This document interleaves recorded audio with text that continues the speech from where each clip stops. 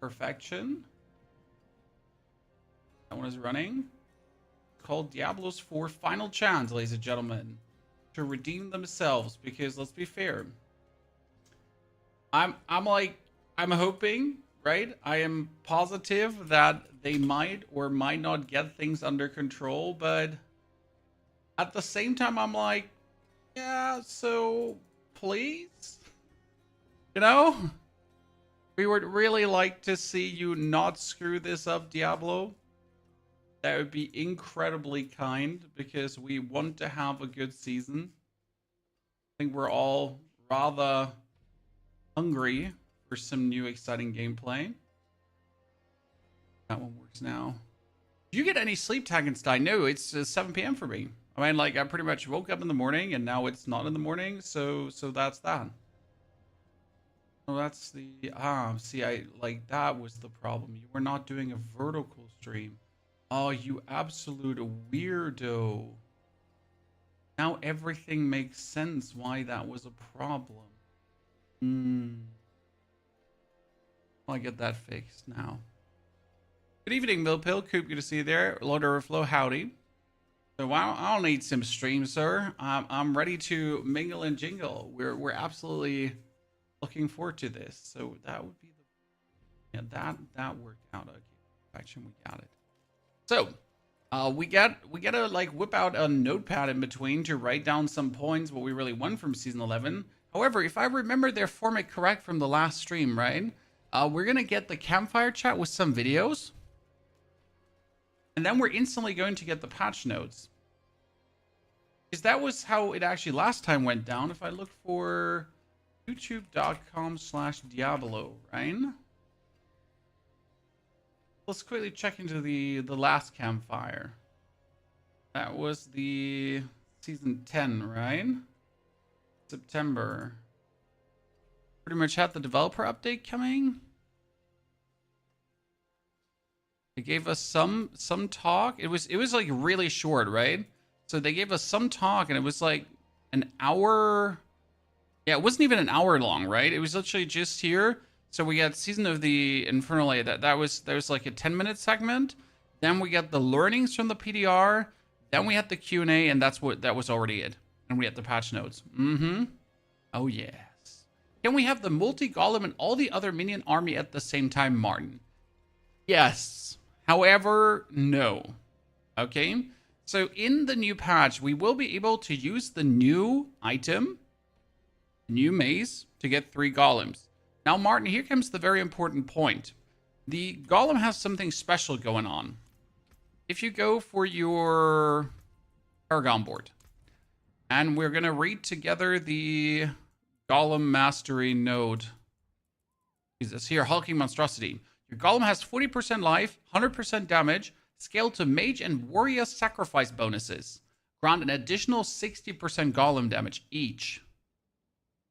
So you can get 100% damage, then a 60, and another 60. So a total of 220% damage bonus. Yeah. As much as I want to say, sure, you could play the mages and the warriors and the golem together. It's just too juicy to not. Sean, thank you for joining as a Knight of the Round Stable over on the YouTube as a member. Appreciate it. So that's what we got there, right? Can't sadly actually do them all 3 together. I have to focus on one thing. I've been up with D4. Telia, how does the new season look, feel? We have some problems with the new season. The new season has something called Sanctification. See if we can put up the season 11 PDR notes. There were some... Oh, shit. Looking like if Diablo has Battle.net... Diablo has like some news, right? Where was it again? It's hard to find it like in English, as an English, like not German. Because the website is like, now you're German, I need to make everything German. Yeah, the season 11 is going to have something called Sanctification. And the biggest problem is that Sanctification used to have bad outcomes. Possible bad outcomes, right? You could make an item bonus indestructible. You could give an item a bonus affix. You could also give an item a whole new aspect.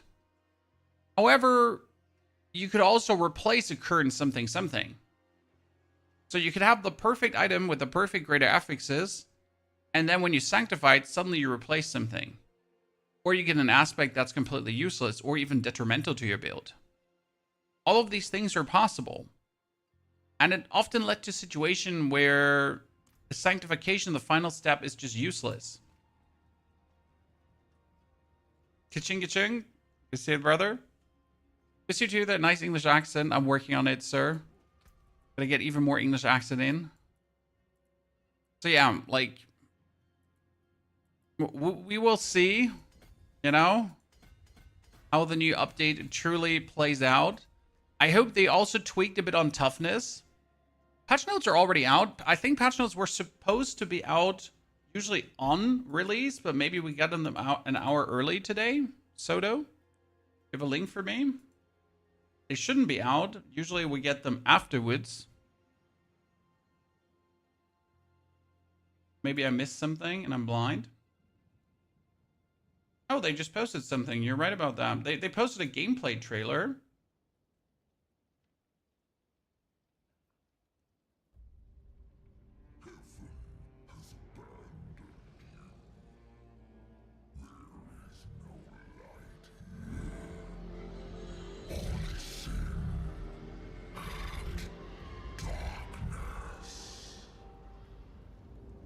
The night is always darkest before the dawn, Wanderer. And I, Hadriel, will guide you to the light. Season of Divine Intervention. I mean, that's at least a nifty name, I'm not gonna lie. For perhaps the first time, Asmodan speaks the truth. Heaven has abandoned you. But I have not.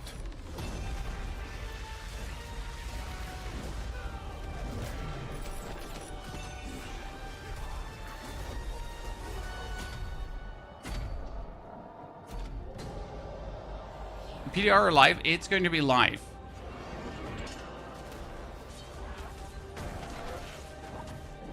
On the 9th. We're still, like, today we'll get all the infos that are missing. Honestly, these graphics look so weird a bit. Like the in-between red graphics. Like, the whole trailer is actually good. But these red graphics are so... Like, I could have made them, right? And I'm not good at making graphics. I'm not a AAA billion-dollar company.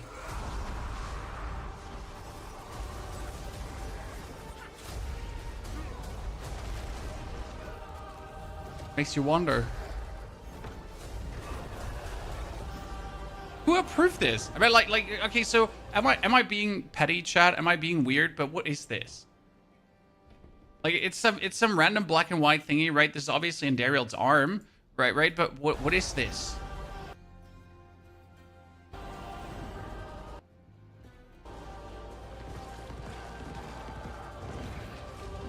Great Diablo and Diablo yet? No, Andrew, this is the Mephisto arc in case you missed it.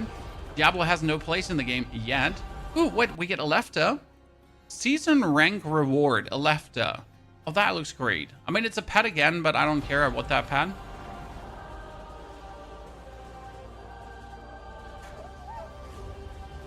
Oh, there's another pet. Look at that, it has wings. Chat, tiny doggy with wings. Look at him, look at him. Look at him. Darkness gathers. But fear not, Wanderer.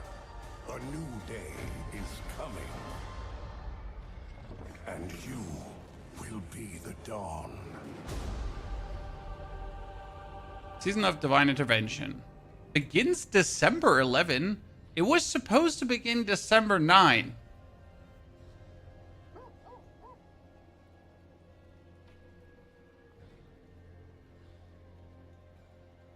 So we get Diablo on December 11.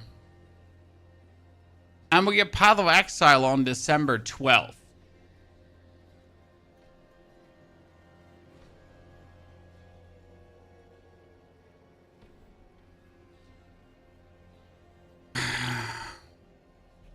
Okay.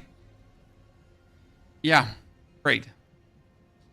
So, thank you for everyone participating in the public test round. We've included feedback from the PDR throughout this article. Additional changes made since the PDR's conclusion are highlighted in blue. Okay, let's see what we can find, ladies and gentlemen. There seem to be changes, and changes are marked. Okay, so items can be masterworked to a maximum quality threshold of 25 instead of 20. Each time you masterwork the item, it adds a random amount of quality, which is 225 instead of 123. That's great because it's less clicks. Quality will also slightly boost all affix value by 1% per quality level. That's huge. This is a big change, Chan. Note that the cost to masterwork now scales based off the quality of your item. This one is very, very, very important. Very important. Because if you think about it for a second, like right now, if I upgrade an item like this, right? We are actually getting... Like, let's reset the masterwork. Oop. So you have the ring, right? It has a 21% golem active cooldown reduction. And if I masterwork it, we're actually sitting suddenly at 29%. And then I masterwork it further, and we're sitting at 32. In the old patch, this didn't happen anymore, right? We didn't actually increase this at all. So now we get, like, a slight increase in quality. That's really big, and that's changing, like, the whole way how the system works again. Once at maximum quality, you can roll it one last time for a capstone bonus. This capstone bonus upgrades a random affix on your item by 50%, including greater affixes. Uh-huh.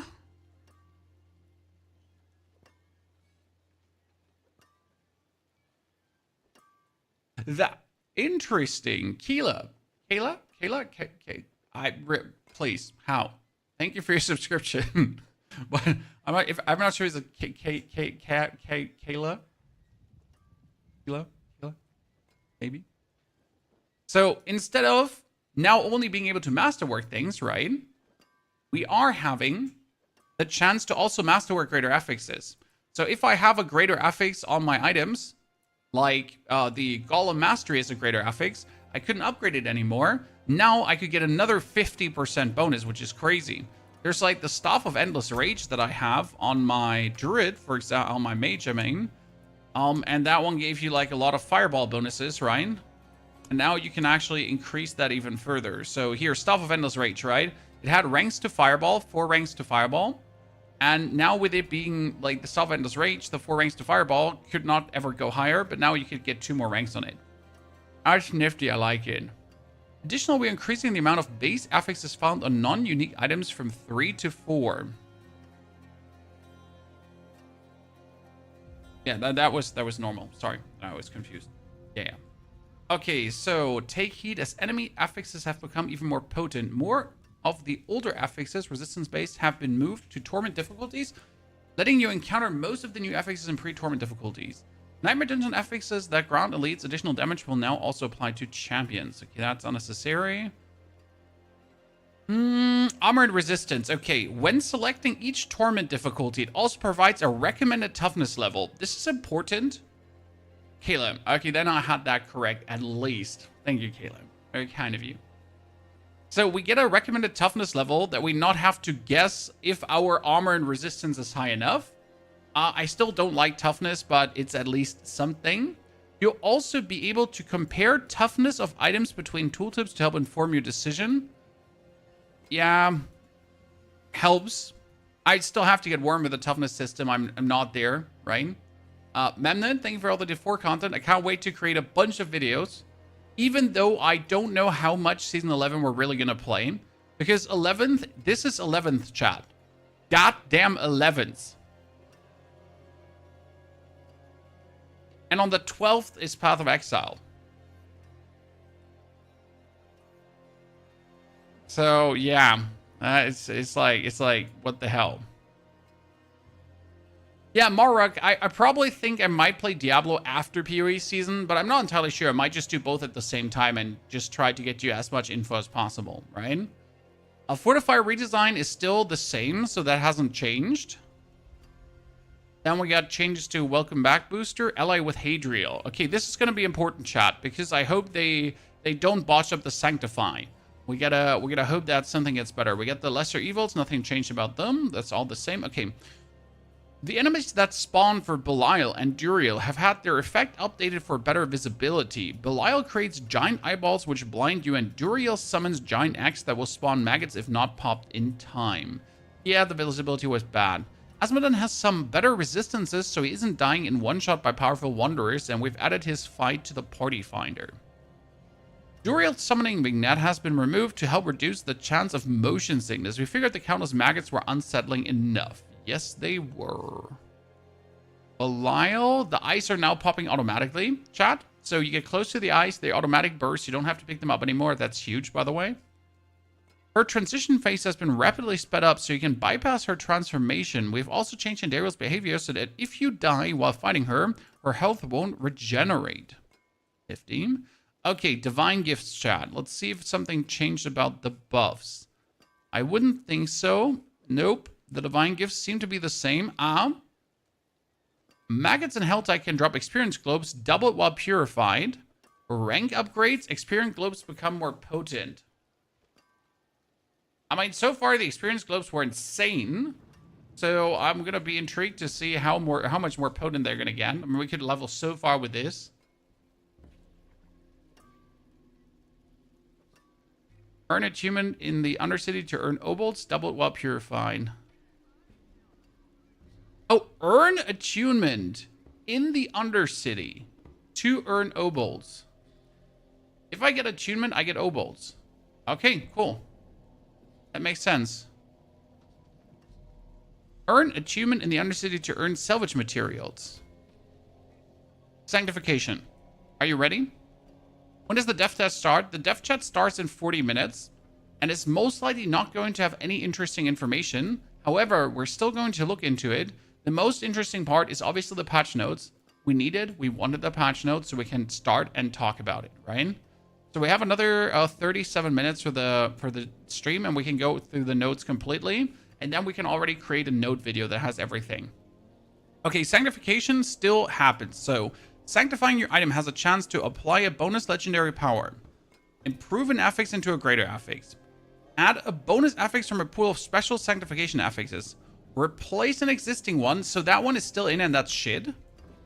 Sanctifying your items makes it unmodifiable, ending the item's journey. This should be the last upgrade you make to your item. The possible sanctification values now have a tighter range, skewing towards higher values. Generic offensive legendary aspects have been added to the sanctification pool. In a stroke of divine intervention, mythical powers may even take root on your item. Okay, that's interesting. You could sanctify and you could get a mythic power. That actually would be crazy, right? However, they removed the indestructible.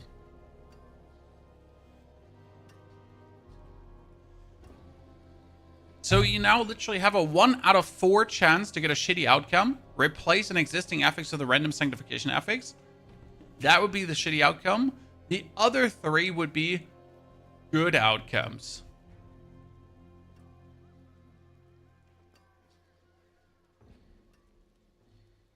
Limpin' Granddad, thank you for the 25 centuries us aboard. Limpin' Dunksoon. Welcome back to you. Nothing else has changed. Tower. The tower here. Since the PDR, we have made the change that the tower can now unlock difficulty tiers on its own. Additionally, we're removing a few bosses which have problematic behavior. Specifically, the vampire boss Wraith and the fallen shaman boss Sower of Decay. For more details on gameplay, you can read here. Oh, that is... Yeah, okay, so that's fine. There's no bonus information. Good. Leaderboards. Introducing season rank. Additionally, okay, wait. Renown is changing in a big way. Heavenly Sigils have been added to several reward caches throughout the season rank reward caches. Also, we've adjusted and updated Paragon Point rewards.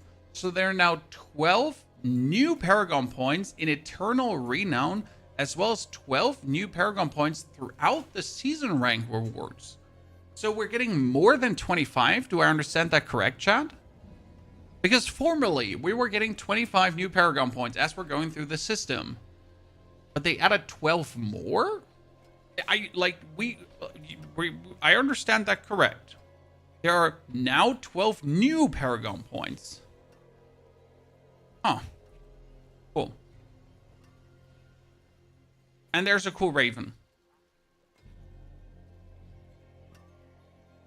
Okay, we're getting earn additional gear from world bosses, increase the divine favor, chance for elite champions monsters to drop, boost the chance for ancestral cash to appear when turning in whispers.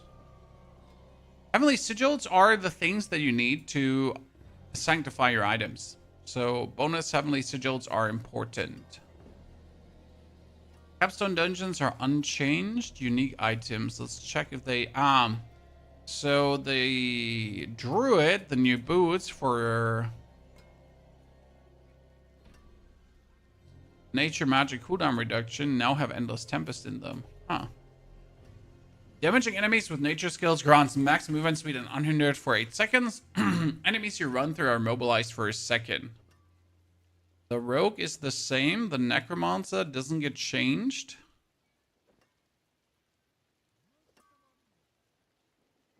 We'll never get Templar? No, we'll never get Templar.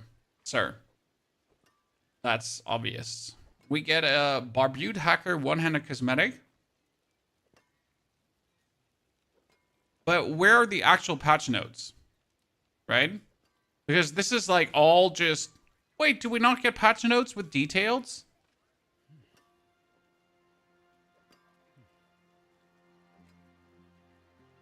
Are we also getting detailed patch notes tonight? I'm asking right away.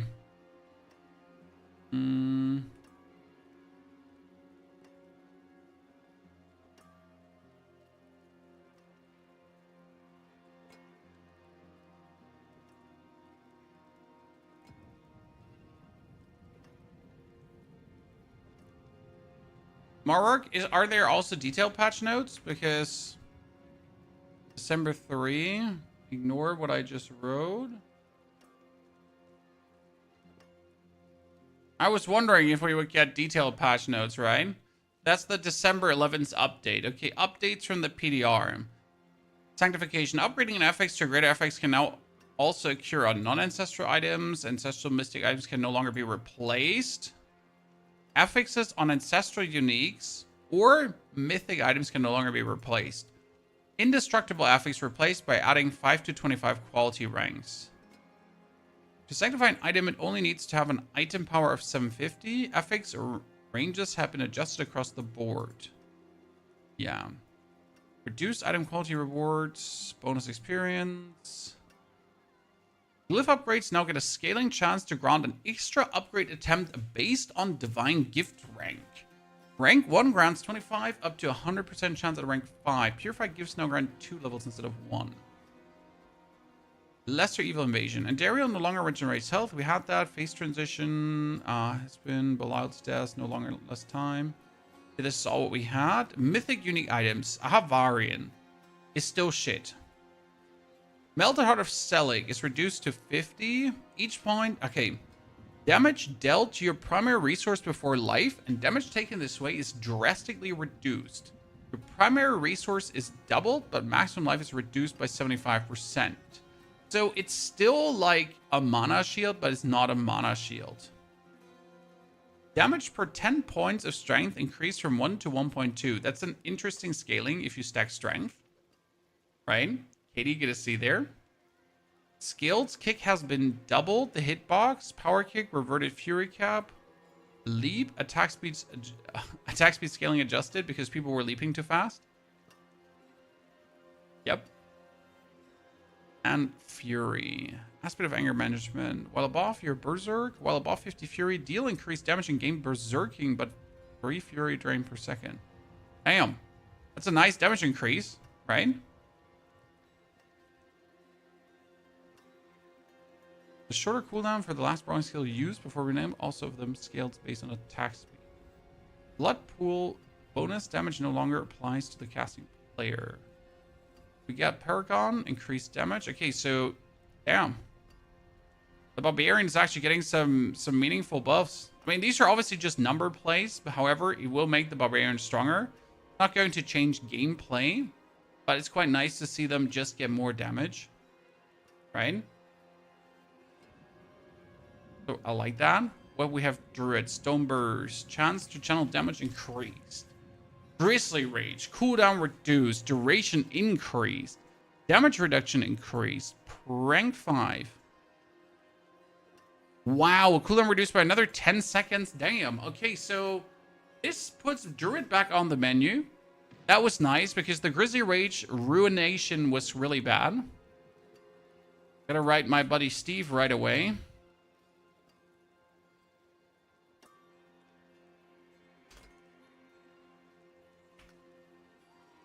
That would be 25 seconds cooldown with 12 seconds duration. However, the problem is, after the 12-second duration, again, you have to wait the 25-second cooldown. But with cooldown reduction, the 25 seconds, we could get low. Yeah, but 25 seconds, I think we can get that low enough. You're still going to have a phase where you don't have damage, right? The damage bonus. However, that's pretty good.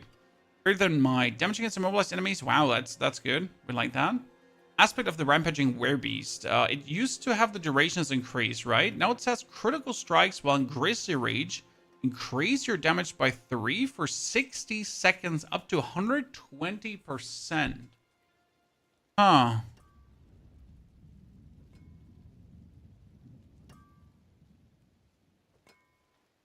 The interesting part is 60 seconds, so that's kind of...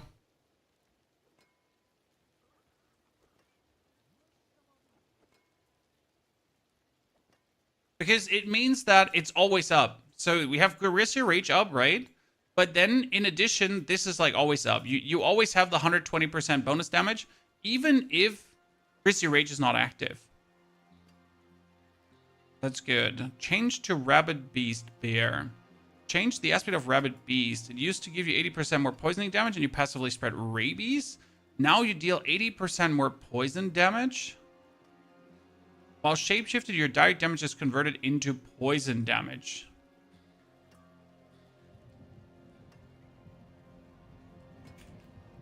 Back to Poison Creeper. Okay, damaging enemies. Yeah, we had that. Movement speed. Paragon. Earthen Devastation is now a 70% critical strike damage bonus. Without having to, like, damage or crowd control anything. Constricting Tendrils is increased damage to poison enemies. Nature skills have chance to poison the enemy. Might have to play Constricting Tendrils again. Might work. So Druid is back on the menu, boys. Druid is not terrible anymore. Necromancer. Attack speed increased on the Iron Golem. Useless. Reverted the Essence Cap from PDR. Doesn't matter. Remove the requirement for controlling 7 or more minions. Ba-ba-ba-bam, ba-bam. Hellbent Commander. What the problem was Hellbent Commander is, like, right now I have 5 ranks in it. But it says, while you control at least 7 minions, gain 50% increased summon damage. The good thing is, like, that counts for golems now. Aha.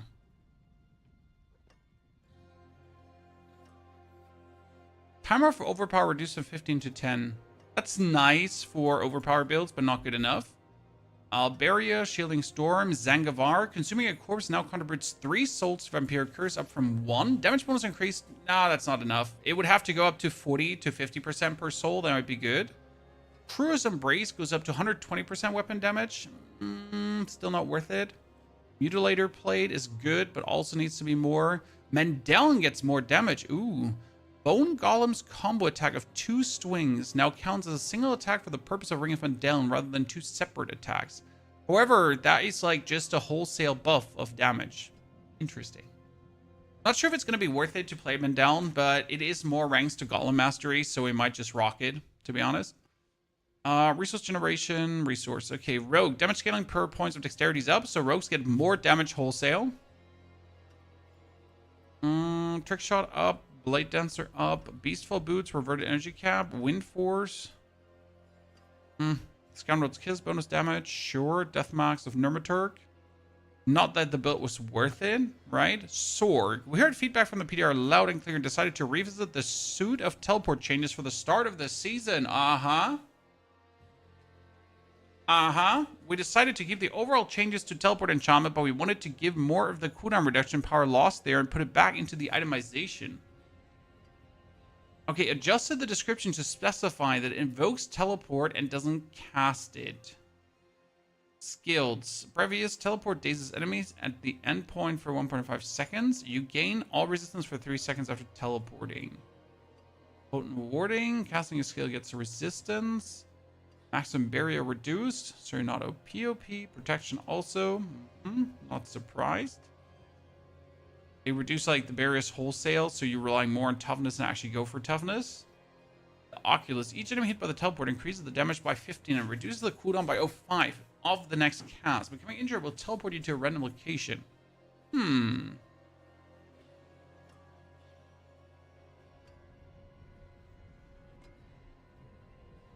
That cooldown reduction is good, I guess. Raiment. Teleport exposes close enemies to you and grants 30% damage reduction.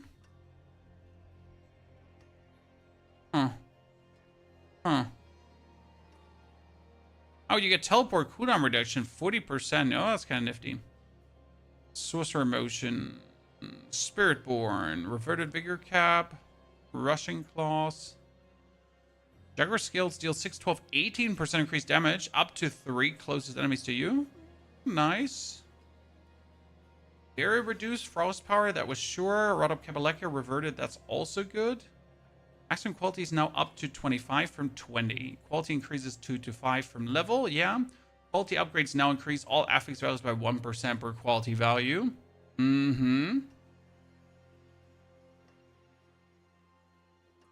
Fully Masterworking item now gives 50% upgrade to a random affix, which can be tempering affix. Yup. Masterworking has been adjusted and scaled exponentially with item quality. Item quality 10, 5. Okay. There's now a chance a tempered affix gets applied as a greater affix. Wait, there's a chance a tempered affix gets applied as a greater affix.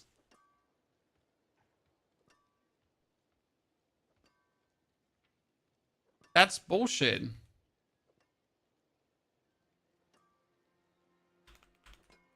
Because if that is true, that means unless your temper is a greater affix, it's a bad temper. What does it say? The patch date is December 11th because they, in their grand smartness, decided to release one day before PoE 2. Instead of on the 9th, as it was planned on the 9th, beforehand. So, yeah.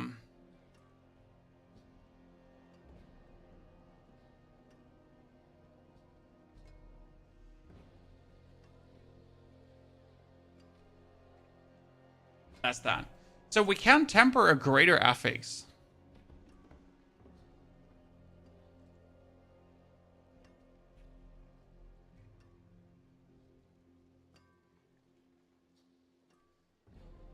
So every temper not greater affix is bad. That's kind of like, I'm not happy with this change, but it's cool, but I'm not happy with it. Resource gain tempering affixes have been added for helms and rings. So resource per second tempering affixes added for pants. Adjusted temper recipes to remove affixes from class-specific manuals that were extraneous due to existing and generic manuals or unused. Okay, toughness. When comparing items, the armor or resistance difference between items will now display as percentage of toughness instead of just displaying a flat armor difference. Toughness displayed in character cheat stat window. The toughness tooltip now breaks down damage resistances per damage type. Trauma difficulties display a recommended toughness. Werewind's Meat breakthrough. Yeah, I'll have to do the Werewind's Meat breakthrough like off stream and then drop a video on actually what the breakthrough did for us. So that's sadly what we're going to have to do, Mew TV probably.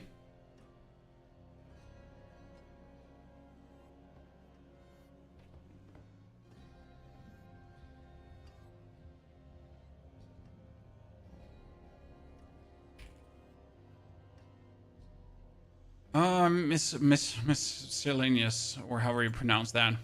Fortify and Barrier Generation are now part of the general defensive pool of affixes that can appear on items. Monsters in the open world no longer scale 1-1 with your level. It is now offset so the player scales better than the monsters. Ah, interesting. That's really interesting because people are always complaining that getting stronger doesn't mean that you're getting stronger, because everything else is getting stronger as well, right? Monster damage reduced. Monster power has been turned down slightly in early torment tiers. Base health for boss monster has been increased. The chance for items with multiple great effects to drop has been increased in torment tiers. Aha! Aha! When it caps on dungeon, the closest affiliate difficulty is now displayed. Cooldown reduction can now naturally appear on ring, gloves, and... Uh-huh. Cooldown reduction cannot appear on rings. Because we have a ring, right? And it's lucky hit chance, crit strike, and then here intelligence, blah, blah, blah, blah, blah, blah, blah. Uh-huh. That's actually big. Because a lot of builds had the problem to get the amount of cooldown reduction necessary, especially if you played certain uniques, right? Varise tuning to caps on dungeons encounters. Varise monsters and packs spawning adjustments. Varise other minors. Bug fixes. Yeah, that's blah, blah, blah, blah, blah. Okay, fix an issue we're constant. Varian. No, these are all fixes. Apart from we're not properly small or well in town while using Grave Blue. Fix an issue where rapid passive was not granting cooldown reduction for more than 100 essence. I'll provide the bonus of momentum resistance as intended. Okay, what do we have here? Even more.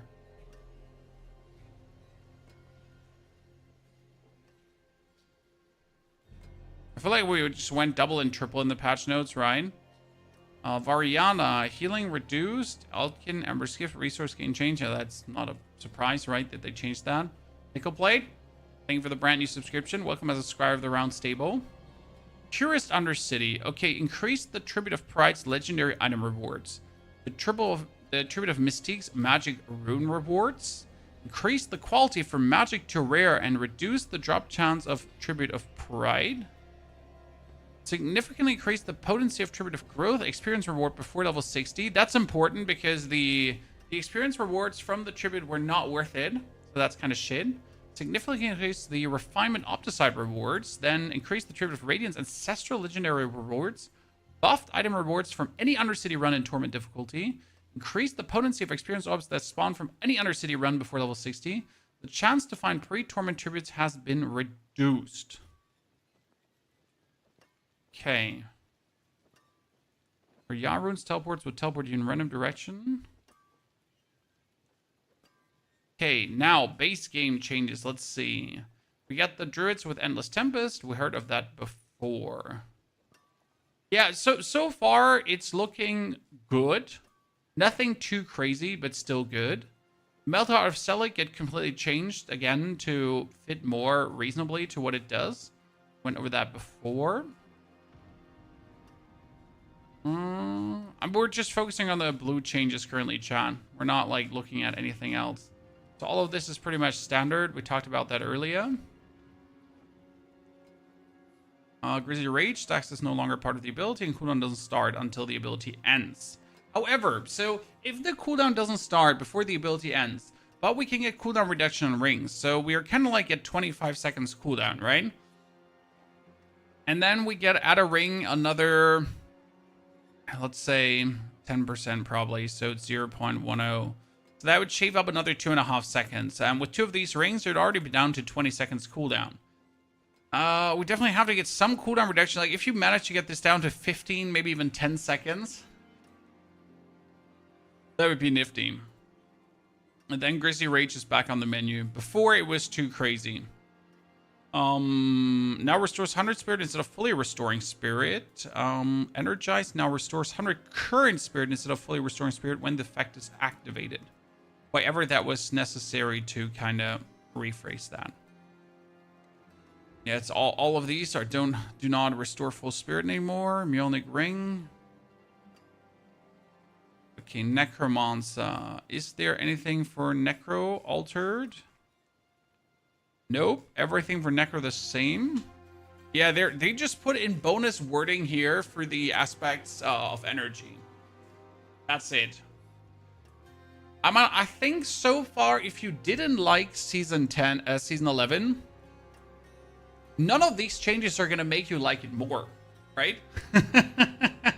I mean, the changes are good, don't get me wrong. So the changes are definitely what we need, right? What makes Season 11 better, and what makes the systems they're trying to introduce good. However, it's no changes where you like, if you disliked it, you're definitely going to like it now. It's more like if you like it more. But tell him I like the bar buffs. Honestly, the bar buffs are fire. I can see Rob posting a video tomorrow like, Barbarian is back. Here are my top 3 Barbarian builds before the season that are all cooked up already with all the changes included. Definitely gonna happen. There's like no question, right? Okay, monster elite affixes. We just get more and they get stronger. Right? The pit can now be entered before level 60. The base pit tier unlocked is now tier 10. The following elixirs have instance bonuses been updated. So, Iron Barbs gives more armor. Fortitude gives less life. Chat. Song of the Mountain to 10% bonus armor instead of 300 flat. That's actually better because 10% bonus armor is crazy. Rare Tamir manuals now start dropping at 30 instead of 45. Characters that skip either campaign now unlock all non-stronghold waypoints for their respective region.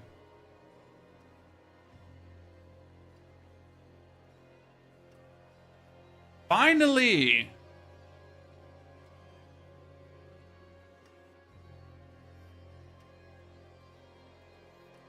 That sounds so simplistic, but finally. Disco Delta, if they fix Thorns on Necro, Disco Delta, I don't know if Thorns will ever work correctly. Right?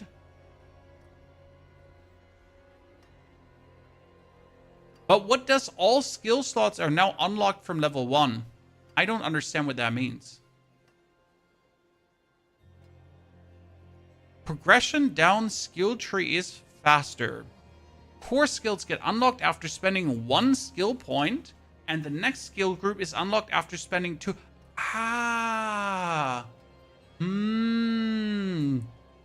That's interesting. That's really interesting. Because like, so usually you had to spend, like, if I respec all my points, right?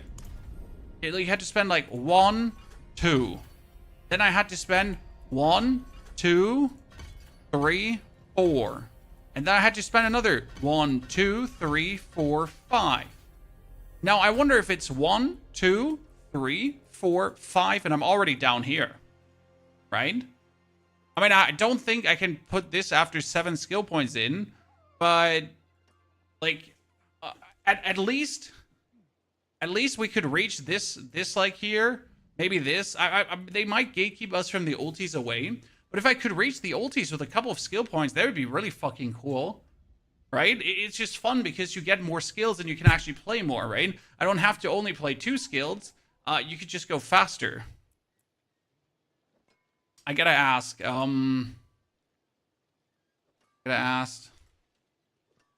At Travis, does this give us early keep passives, or pretty much reverts back to normal after 2 skill points spent? I'm asking chat. So that's kind of cool. Ether rewards for Chaos Rifts and Chaos Wave Infernal Hordes have been increased. What? I mean, we've been having Chaos Rifts and Infernal Hordes have already been insane. And they have been increased. Monsters now scale attack speed as difficulty goes up in addition to movement speed. Tempering affixes now have a greater variance that you aren't limited to how many times you can retemper. That's a technical bullshit because we can still only retemper X times. However, we can add infinite retemper attempts with the scrolls if we then have the scrolls. That's a so-and-so update, to be honest. We added more RNG because we can. Resistance and armor values from affixes have been broadly adjusted to account for introduction of toughness. Okay. Where skeletal mages could fail upgrade to archmages. Fix an issue where hostages started at half health. Too quickly could block progression. Yep, that's stupid. Killing the cannibal champion too quickly in the Temple of Rot could block stronghold. Yes, that's stupid too. Okay. You know what? I mean, for people that were looking forward to season 11, this is good. Like we got some good things in here. They definitely haven't screwed it up. So clap Diablo, you don't suck. that's the best thing. Hamster, when are you gonna make a video on all the secrets and where wins me? Dude, I like, which secret is left? If you know of one, please tell me. Because I'm out of secrets. I'm out of secrets. Right? I'll find new stuff, don't worry. Right now, we're more intrigued to check out what Diablo has to offer. I mean, the actual Campfire chat, where are we? It's youtube.com/Diablo. Right? We got the chat happening in 3 hours, 7 minutes, 30. So we won't probably get more information than what we have already. Right? We got all the information. And don't worry, chat. There will be a TLDR video wrapping this all together. Right? There's secret world bosses, Hamster. I think I covered all of them. But if you know more, Hamster, always happy to write me a Twitter DM and tell me what I missed. Always happy to see. Right?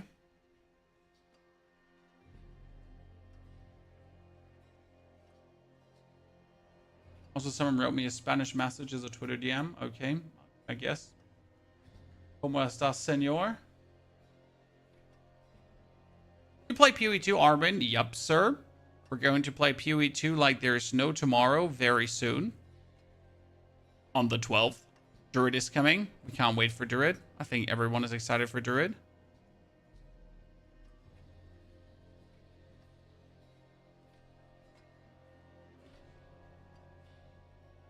Armin, thank you for joining as a Knight of the Round Stable. Thank you for your membership. Okay, the only thing I'm still mad about, Chad, the only thing I'm still mad about is that they didn't change under Sanctification. So we still have the Sanctification, right? And they didn't change that it can still, like, technically ruin an item. Right? Which I don't like. However, they made it less ruinous. Right? So it's only 4 chances to potential ruin an item, but like 1 out of 4 instead of 2 out of 5. 1 out of 4 sounds better than 2 out of 5, right? I'm still unhappy that there's still a chance to actually break something. However, it's like at least somewhere good. And we gotta be real. Like, season 11 looked like a complete dumpster trash fire right now. And they actually, with the patch notes, I gotta give them credits. If you were excited for the Diablo, you can get even more excited now. So what's your D4 versus PoE 2 schedule? Well, since D4 releases on the 11th and Path of Exile on the 12th, I will play 1 day of D4.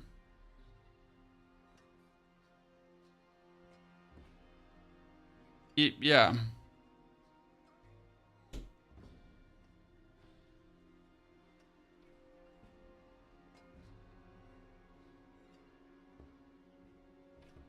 And then play a lot of PoE 2 probably. Because the Druid is super exciting. I mean, we're actually getting a new class in PoE 2, right? While Diablo is just getting a new season. So that's probably going to look by my schedule. However, I'm still really excited for the Diablo 4 season, right? I want to test out the new systems. So what I have to do this season, what I usually don't do is, I'll be having to rush like a madman to get into the end game, to try out the new system, the new tempering, the new masterworking, and that kind of stuff. right? That's what we're really personally looking forward to. Because it's gonna be good, chat. I did not get an answer to my question, sadly. Base health for boss monsters has been increased? No.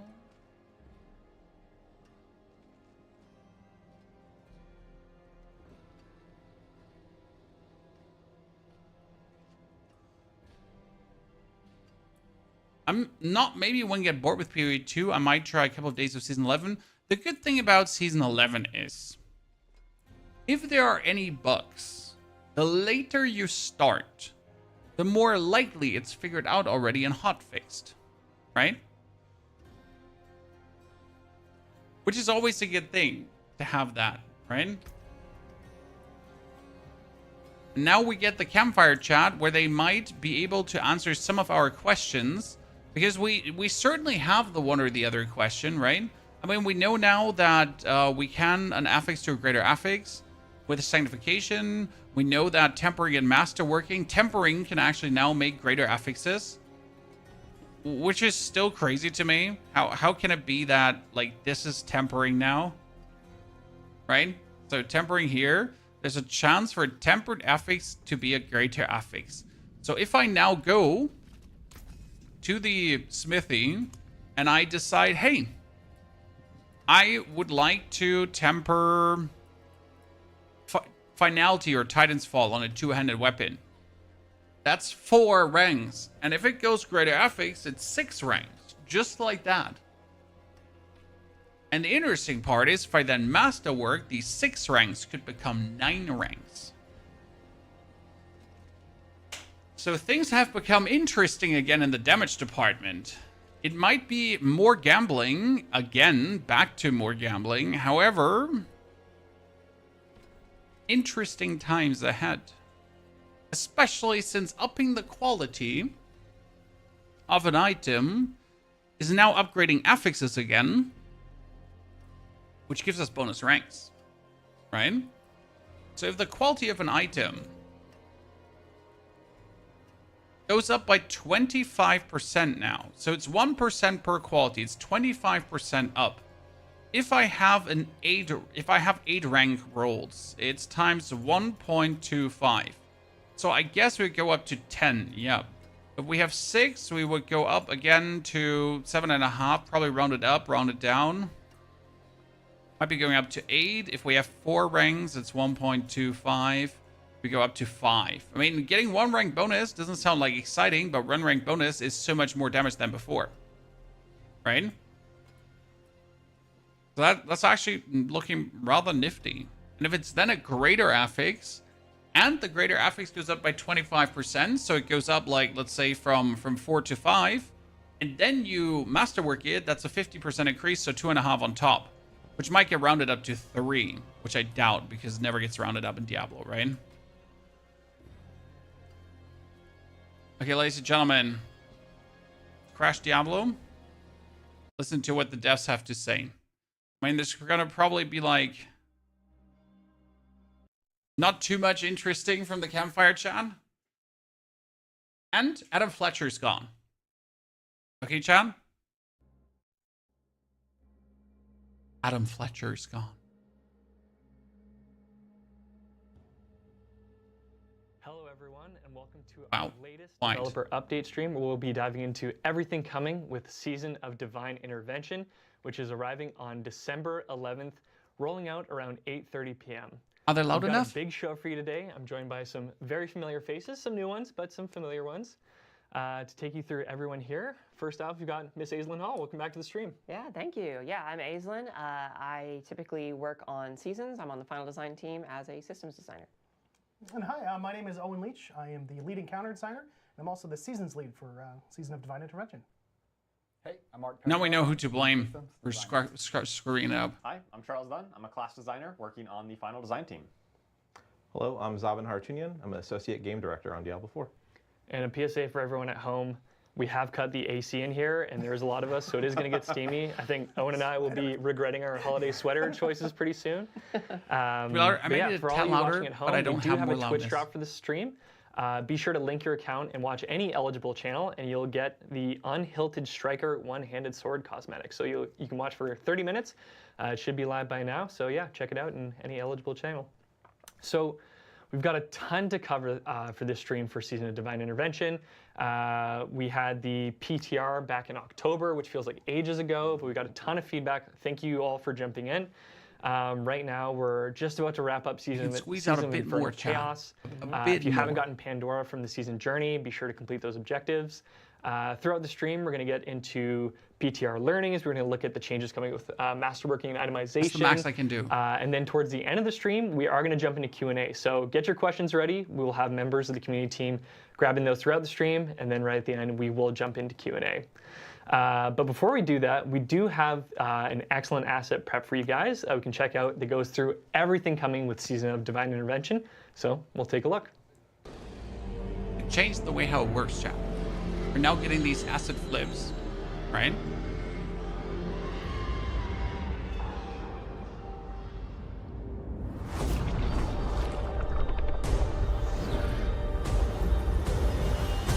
Gameplay trailer we watched earlier, I think. Welcome, everyone, to our Season of Divine Intervention Developer Update. I'm Art Peshkov, and today I'm excited to share some updates coming to Diablo 4.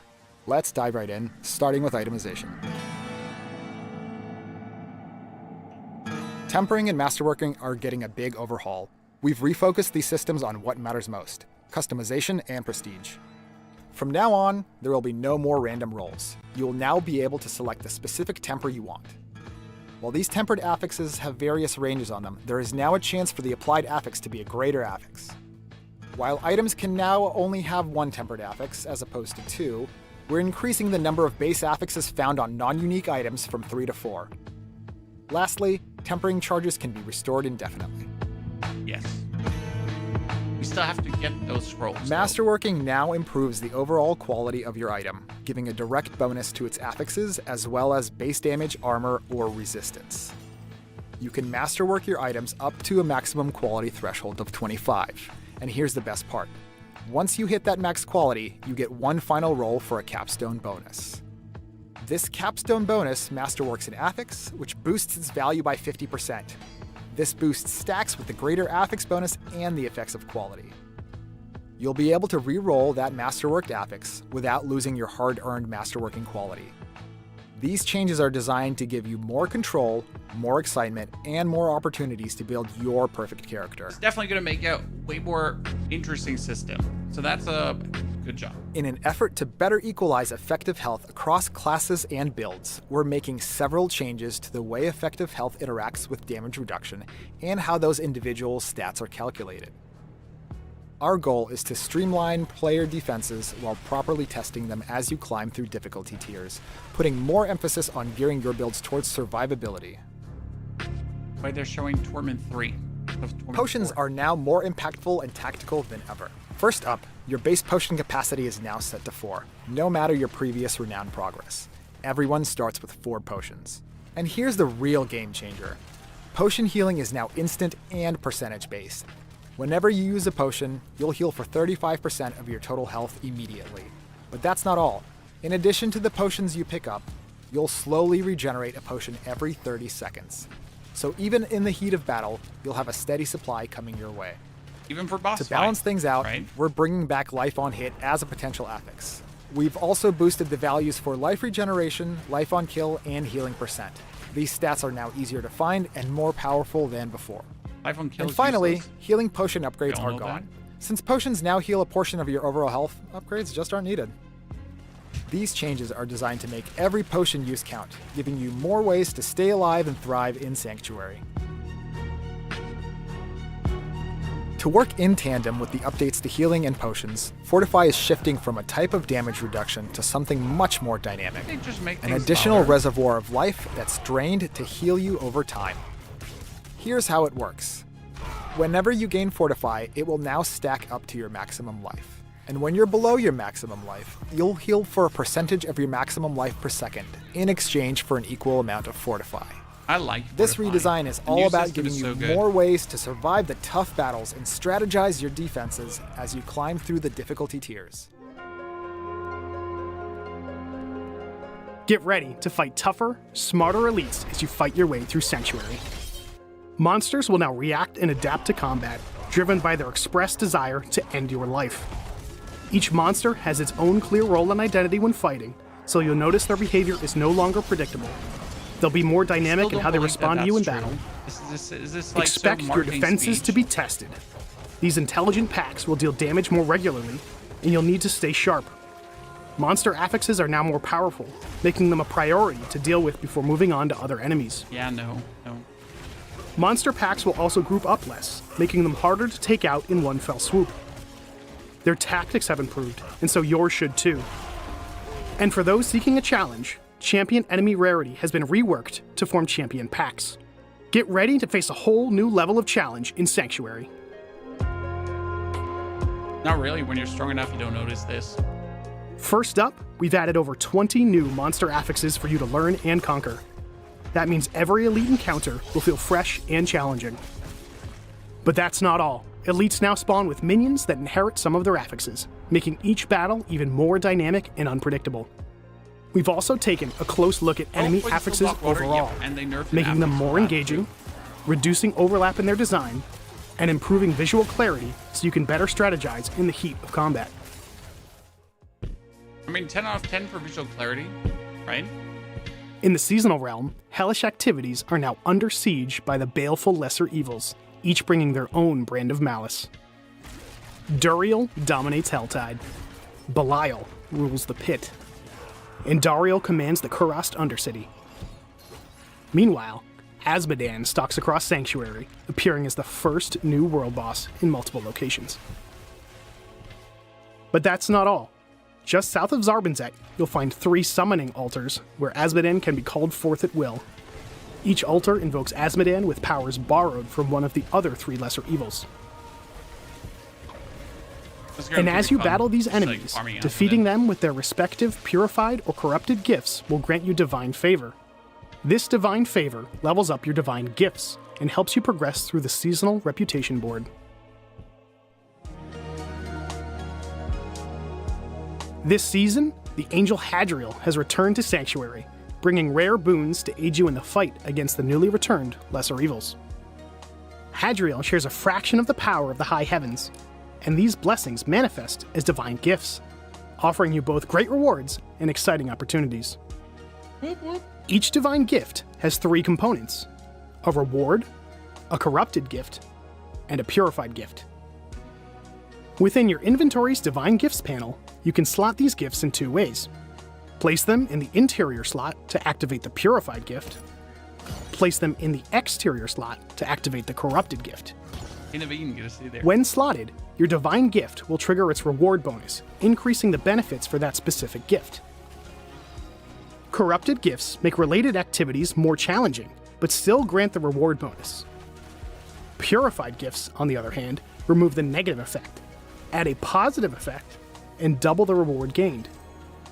Corrupted gift slots are unlocked automatically. To unlock purified gift slots, progress through the seasonal reputation board.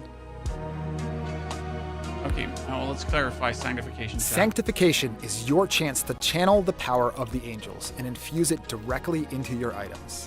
When you sanctify an item, here's what can happen. Your item gains bonus quality. Replace an existing affix with a random sanctified affix. An existing affix could be upgraded into a powerful greater affix. Add a bonus affix from a special pool of sanctified affixes. Gain a bonus legendary power. Once you sanctify an item, it becomes unmodifiable. That's the final step in your item's journey. You get like another so make it 25 count. quality as far as I understood. You have 25 quality, and you could get another 25 quality. We're introducing Season Rank as an update to our previous player progression system, Season Journey. This update introduces a change to how players progress through seasons, with a slew of new challenges ahead. Let's talk first about tiers. Each tier now requires you to complete a challenge, usually a capstone dungeon, before you can move up to the next rank. If you're up for it, you don't have to wait for the recommended level or difficulty. This means you can now enter Torment before max level, if you can beat max level challenges early. So, if you're feeling brave, you can take on these capstone dungeons early and push your limits. Some of the notable rewards, alongside skill points and Paragon points, will be gaining access to Pit and Tower after beating Capstone 2. Yep. Gaining access to seasonal laurels at rank 3. Receiving the seasonal pet after Capstone 5. Access to gilded laurels at rank 7. They're making like laurels sound like something special, but it's Let's actually talk just about Capstone title. Dungeons, because they're back and ready to test your progress as you climb through the difficulty we'll play tiers. PoE 2 as well, don't worry. We'll These also be dungeons online are tomorrow designed for to the challenge PoE you 2 at news. every step of your journey. And here's something important to remember. Even though each Capstone dungeon lists a suggested level, their difficulty doesn't scale with your current level. So plan your approach carefully. Here's a look into the journey ahead. Yeah, you don't have to do this at level 30, and it would also be stupid to do it at level 30, FYI. Right? You don't actually want to do it. Like, you want to be stronger and then do it. Gear loot, Elder Rock, technically we're looting better gear than ever, or more gear than ever, because they introduced, or they updated Within the seasonal drops. realm, you can earn additional benefits tied to your player progress through the new season rank system. Completing various challenges within each rank will unlock specific benefits. And when you finish an entire rank, you'll earn powerful bonuses. Season rank rewards additional skill points at ranks 1 through 3, and Paragon points at ranks 3 through 6. Okay. With these changes, your renown will only stand permanently in the This is Eternal Diablo Realm. 4, what's up? And don't forget, Diablo the 4 potion update. capacity changes also affect the Eternal Realm. And for those exploring Sanctuary, Altars of Lilith and Tenets of Akarat will continue to grant some experience and minor rewards, but not permanent stats or power. And now for our class updates. A fan-favorite Chaos perk for Sorceress from the Season of Infernal Chaos, Mana Shield, has inspired a redesign to the mythic unique Melted Heart of Selig. Yes. Now, all classes will be able to access a massively increased resource pool that also functions as your life total. But Sorceress's new unique weapon, Orsavane, grants you great power, but only if you build your character like a glass cannon and avoid using defensive skills. For each defensive skill you are not using, you gain increased damage and access to its associated enchantment effect. Which is totally worth it. What is better than one golem? How about 3 slightly smaller golems instead? Necromancer's new unique mace, Gravebloom, grows your golem army. And should one golem fall, it comes back even faster. Whether using Gravebloom or not, casting your golem's active skill will now command your other minions to focus their attacks on your new target.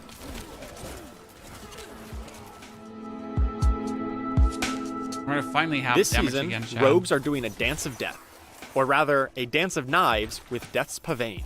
These unique pants cause your dance of knives to drop knives from enemies hit, and picking them up further empowers your dance of knives. Additionally, Shadow Clone's targeting logic has been updated, and will now target the same enemy that you initially targeted with your skill.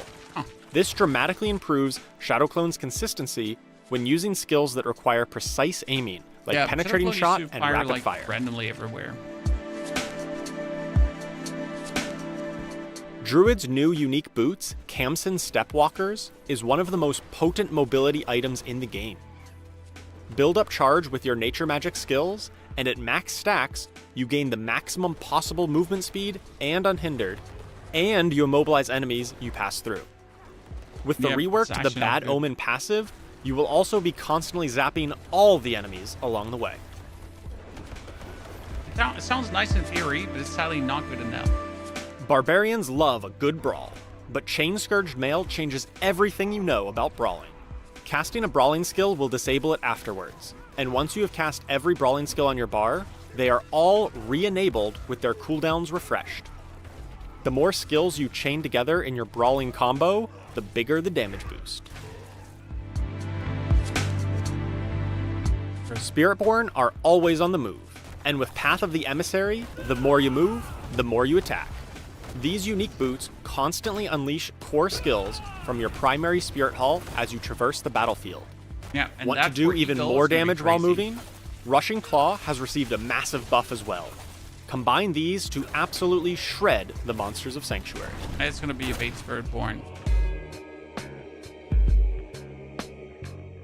A new challenge is coming to Sanctuary, one designed to test the mettle of the most battle-hardened warriors. Introducing the Tower. This is a multi-stage, timed dungeon built for the elite. While the pit pushes you to your limits in the depths, the Tower rises to match you against others who think themselves worthy. We're launching the Tower as a brand new game mode, and this is just the beginning. We plan to update the Tower through multiple seasons, and your feedback will help shape its future. The Tower was built with our new monster combat changes in mind. You'll need to master the latest enemy tactics to gain the upper hand and climb to the top. I'm still You'll not unlock the tower through the obelisk. It's like pretty much just Terragar. bonus farming, right? Here's If how it you works. wanted Fight through multiple floors, each with randomized layouts and monster families. Progress by defeating monsters and collecting orbs. The tougher the monster, the higher their value. During your run, Their live pylons stream is appear as you having make progress. encoding issues. You're guaranteed you to notice see how 4 the pylons whole in screen every tower blurs in run. between. That's not The me. first 3 will appear in a That's random literally order, them. but you'll always get each option In World of at least Warcraft now, once. Grains. I mean, the tower is an interesting feature. The 4th pylon will be a to random test repeat your of one character of the once previous it's 3. maxed. Orbs drop from Right? elites, champions, and To just see, goblins, hey, so how keep good an eye they out for perform. I those mean, you'll never high-value be targets. performing as good as the Asians. With the but arrival of the tower, you can at least leaderboards try. are making their triumphant return to Diablo 4. This is where the best of the best will compete for the top spot. After your tower run, you'll see the tower tier you completed and your final time. There will be separate leaderboards for hardcore and normal modes, so everyone has a chance to shine. We have big plans for leaderboards. For now, we're focused on introducing the core functionality, collecting feedback, and planning ahead for future updates. Tower and leaderboards will be enabled later in the season, so stay tuned for updates through our upcoming blogs and notes. Tower is not actually These are activated just at a the start few of the of the season. I thought exciting we're getting it updates right coming away. in the season of Divine Intervention. Huh. See you all in Sanctuary.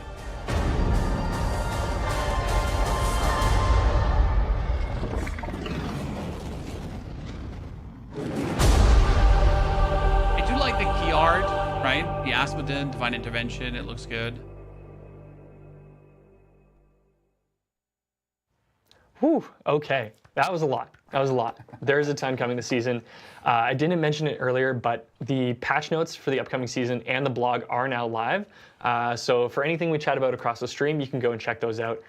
Following the stream, we'll have a ton of additional information in there.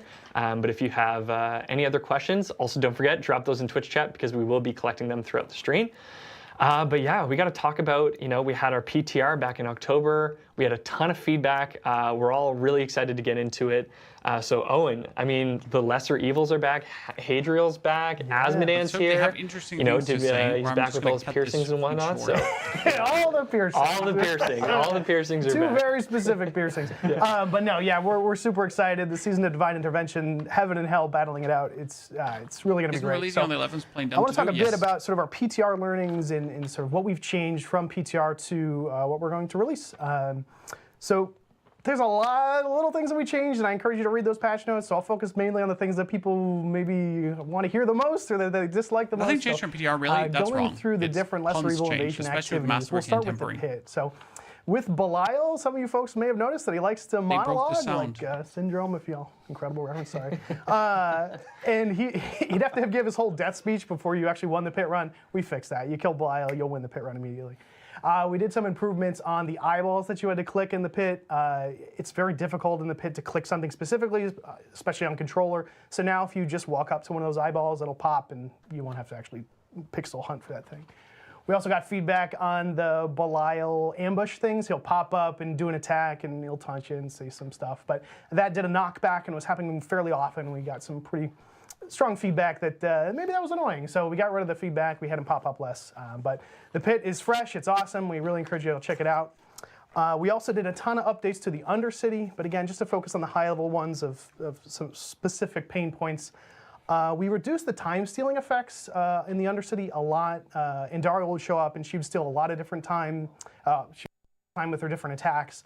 We reduced that a lot. Her Nightmare Dungeon affixes that we sort of imposed upon the Undercity, we reduced those as well, just to make it a little more engaging and less punishing we don't want to make it 10 times more difficult. But Actually, it's still really removing fresh. the annoying stuff. Aislin's going was to a talk about all the surprise. awesome changes we made to things like loot for the Undercity and stuff like that. We fixed a bug where we weren't even dropping Undercity tributes, so those will show up and you can use those. I totally encourage you to check it out. And then there's this stupid quirk with the Andariel boss fight that we fixed in PTR where like she would be stuck in a phase transition until she played her whole animation. So we fixed that. If you bring her down past the life threshold, you can just nuke her. You're not gonna have to sit there and watch her. She's just dramatic. Yeah, I was gonna say, she's very dramatic. Yeah, the anguish for our player, right? We updated Helltide. Everybody loved that screen vignette effect. No, I'm just kidding. We took the screen vignette effect off. That was causing some motion sickness stuff. So if that was bothering you, that's gone now. You may have also noticed that the XP globes that maggots were dropping were a little overtuned in the fact that you could gain 40 levels in 2 minutes. So obviously we reduced that to make it more in line with the intended pace of the game. We added new Helltide commanders, a bunch of new enemies. Okay, so the XP globes are better balanced now, ladies and gentlemen. And then lastly, we gave Duriel some more attacks. So if you don't pay attention, he will eat you and he will kill you. So have fun with that. Nice. And then the last event, that's Azmodan. So we got such great feedback on Azmodan, and people love seeing him back, and it's the first time that all 4 Lesser Evils are together in a Diablo game, like super exciting. And we didn't change too much about that. The only thing we changed was in the How Is Our Overland event. Well, first and foremost, you're not going to gain 40 levels anymore from killing a world boss. Obviously, yeah, it was missed a 0 or something at some point, but all world bosses will reward appropriate level of EXP. So, yeah, sorry for your speed living strats, guides that have already been written. We also added resilience to that How Was Our event to prevent just one tapping when he would show up. So you'll get to experience the full world boss fight, as you do with every other world boss event. And then we also updated the Lesser Evil influences. So if you're not familiar with the How Was Our event, you could interact with shrines from Andariel or Duriel and Belial, and that would affect the Azmodan boss fight. We updated those to be a lot clearer and a lot more obvious as to like what is happening from those and a lot more deadly. So it will matter which one you pick. So really excited to see sort of how you react to the new added twists on the Azmodan world boss. So the other part I want to talk about is Evolved Monster Combat. So we were just sort of blown away by the reception of Evolved Monster Combat. Folks really enjoyed the added challenge, the 20+ new affixes that we added. But again, there were some pain points, so we wanted to focus on 2 specific areas for improvement, and that is the spikiness as well as the visual clarity. So I'll talk about spikiness first. You're for sure playing Diablo on the 12th. I'm playing Diablo on the 11th and we looked PoE across on the 12th. the board at all the different new affixes and identified any outliers that were dealing just too much damage or weren't obvious enough in terms of where they're going to hit, things like that, and just standardize that damage so you don't run into a tower run and you're like, well, that guy's got Crackling Soul, F this, I'm out, right? Like, no, so nothing will be exponentially more punishing than anything else. And we also looked at the spikiness of CC. We heard you loud and clear that maybe there was too much CC or you didn't, it was happening too often or you didn't see it coming. So we took a good hard look at all CC that was being applied by our elite affixes. We created some rules that bound how often it can show up or how long it will last and created standardization across the board. We also just reduced generally how often they appear. And we also focused a lot on the lower level player experience to make sure that from the get-go you're not getting smoked by all these new combat changes. And I'm sure some of the other folks will talk a little bit more about that. And then the last part is our visual clarity. There was a lot of feedback that maybe some of the things were harder to see what was happening, or they're both to raise the day before PoE 2. So we did they're a lot. Diablo, they don't care. On all of our affixes. We even updated the visuals on elites and champions, so they had a little bit of an aura, but now they're going to have like a blue and yellow shimmer to them, so they'll stand out amongst the pack. So we even removed the overhead icons to try to reduce that visual noise. So now when an elite with 5 minions show up, you're not going to have what's 4 times whatever I just said, 6, right? Yeah, 24 different little icons across the board. You'll still see it when you hover your mouse over it, so you'll know what apps they have, but it'll just feel clearer and crisper, and it'll feel much better. So we're really excited. We appreciate all the feedback from PTR, and we think that combat is in the best spot it's ever been since D4's launch. I actually remember the first time I got to go in and test Evolved Monster. Also, like, the games releasing at the same time really doesn't matter for the average player, because you can play on your own time. You didn't try it on the PTR. Diablo's up for 4 months, I think too, 3 months. PoE's up for 4 months. There's so many times you get all the time in the world. It only matters for content creators. I know there's a lot of feedback around speeding up those phases, so having those changes in so that now you can skip a few of those phases and just get those fights kind of done more quickly, especially because you're going to be running them so often.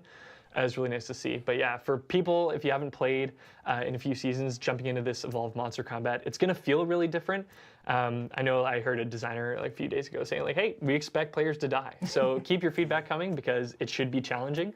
But hopefully, yeah, we can strike that right balance. And speaking of players, if you haven't been around for a while, we've got some very exciting changes coming to itemization with this next season. Turns out tempering will no longer be random. You'll be able to select the temper that you want on your item. So Art, I mean, we got a lot of feedback from the PTR. We got changes to masterworking. We've got Sanctification coming this season. It's a really exciting time for items. Yeah, absolutely. Thank you all for the feedback. It was really invaluable. We took some pretty big swings with the things that we tried to do in the season of Divine Intervention. And coming up on the changes to tempering, really, we were really happy with the kind of how we reframe tempering. Now it's a deterministic way to kind of customize your item.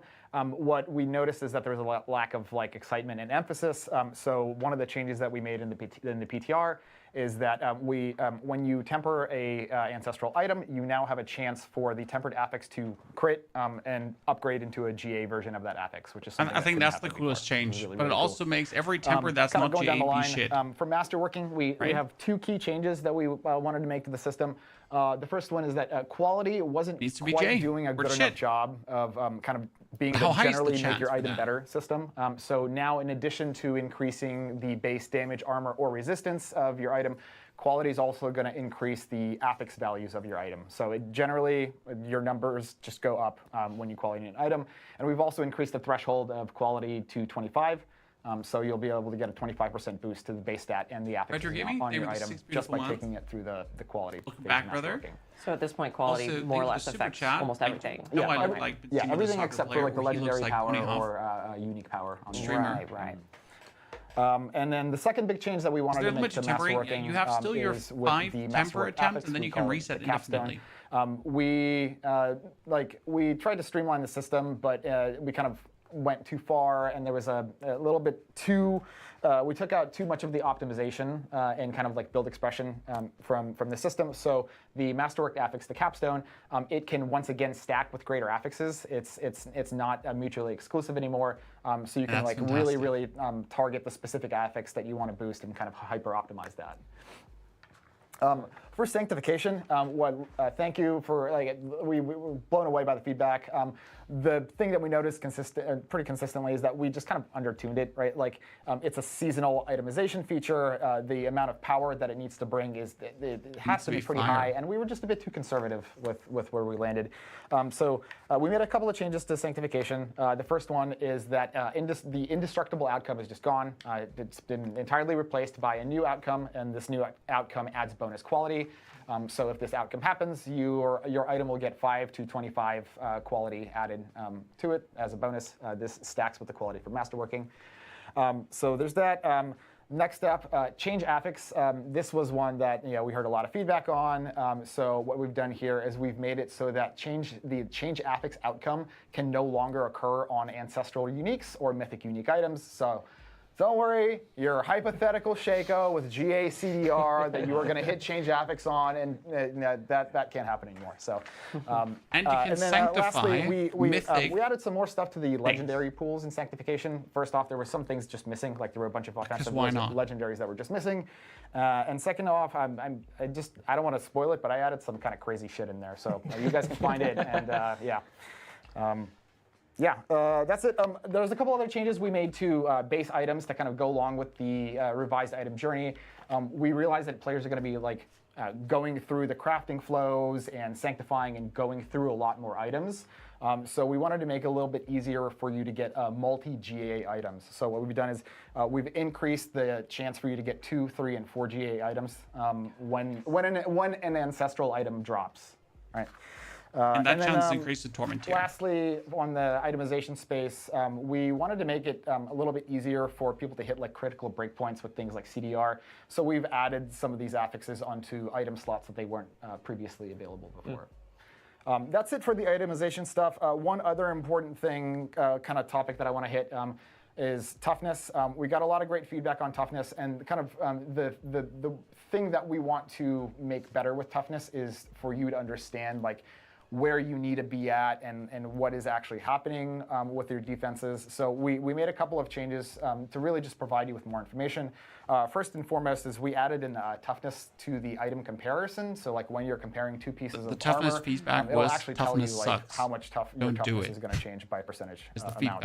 feedback. We added a bunch more information to the detailed stats pane for toughness.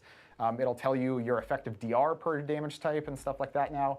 And finally, in the difficulty selection screen, we added some minimum recommended toughness settings per torment tier. So you have like something to shoot for, an idea of where to shoot for, as you enter a new torment tier. Hell yeah. Yeah, so a lot coming with itemization this season. I'm really excited for Sanctification. I feel like a lot of the feedback I was seeing was, even though it hasn't launched yet, is put on your please don't bingo take card, it out of Mark the game. Jonathan, make a remark about the 4 season not much release. we can do there, but definitely Yeah, I enjoy think they're it going to for ignore it Season of wholesale Divine embrace Intervention, because that's for sure. the Diablo But yeah, the Diablo really exciting season is changes, and I'm generic, pumped for while the the new differences PoE it's gonna season be really, it's just really, so really much nice more, heading into this next especially if we season. get a new class, I and that's love it. just already GG. Awesome. Okay.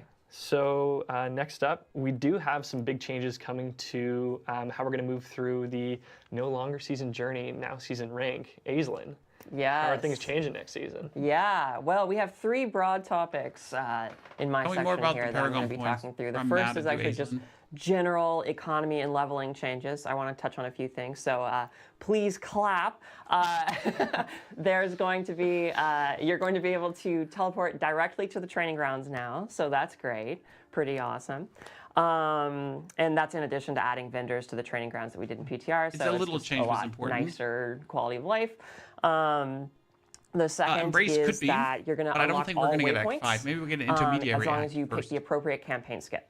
So no more running around. You'll just be able to grab them immediately and zap wherever you want.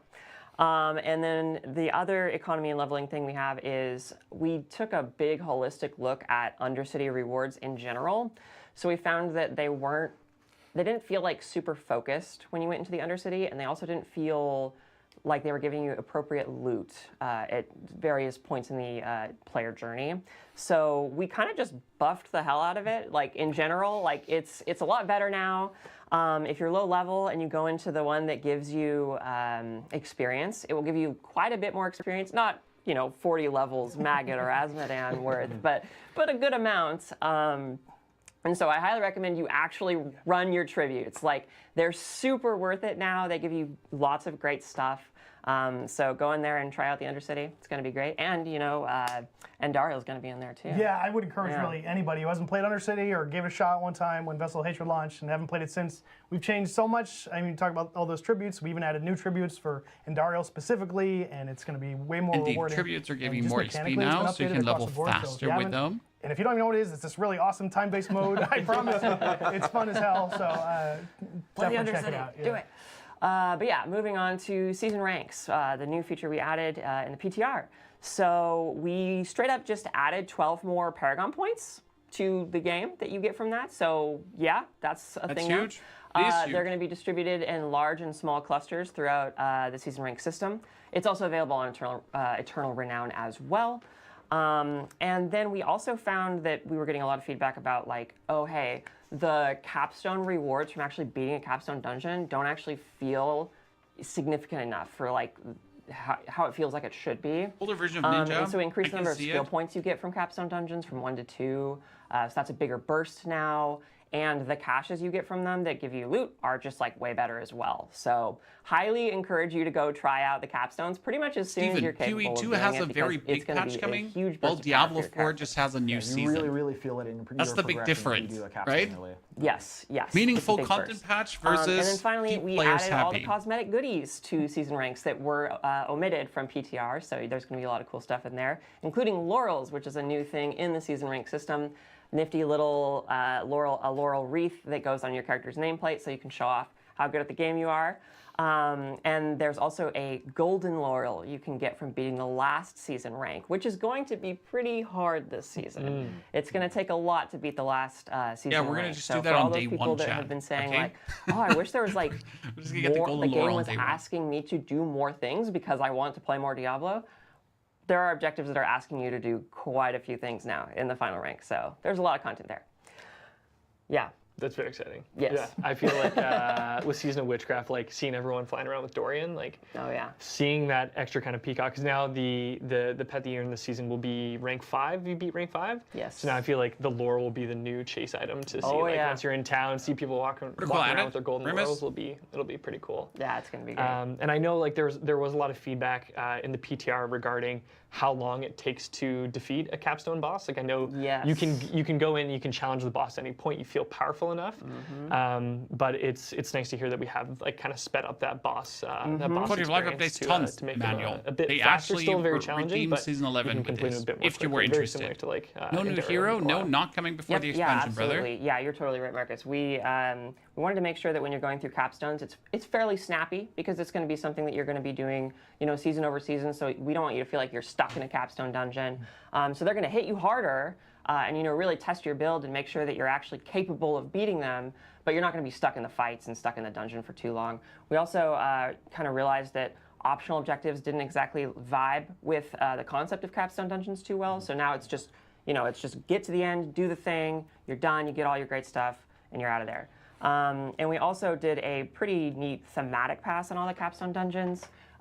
There's like not new tile sets, but like different tile sets in the capstones, and they really evoke the grim, the grim atmosphere of the Diablo franchise now. So pretty excited for you guys to check it out. There will be a TLDR video coming tonight. It's something that with we had all of this previously wrapped in up. the game, and a lot of them were really All iconic the blah, and blah. exciting. Things like the Cathedral of Nifty Light and 15 stuff like minutes, that. So bam, bam. getting these to kind of be leveled up and be that same kind of tier of iconic place thematically is really cool, and I'm super excited for people to see it.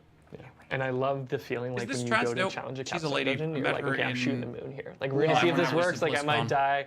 That's fine. But being able to do that at any point, be like, okay, I'm going to roll the dice. We're going to gamble here and see how it works out. It's a fun feeling. I like doing that. It's actually a question that's asked quite a lot on these streams. Me too. Honestly, I love trying to see like how low level, like try to go in as low level as possible. So season over season, I will definitely be like, well, maybe I could do the first one at level 20, and I'll probably be wrong. We'll see. Just calling out from Twitch chat, Sare says, I want that sheep sweater. So we've got fans of the sweater in chat. Speaking of the sweaters, Owen, sweat levels, you starting to cut? It's a little misty. It's starting to brew. Nothing too bad, but yeah. We're makeup people in here. We all came in and we were like, oh, we're all wearing cute sweaters. And then we were like, oh my God, it's going to get so hot in here. It's going to get, There may or may not be some side bets in the production room as to when we start sweating. So. We're getting 3-on-3 right now. So we're going to have to cook on that.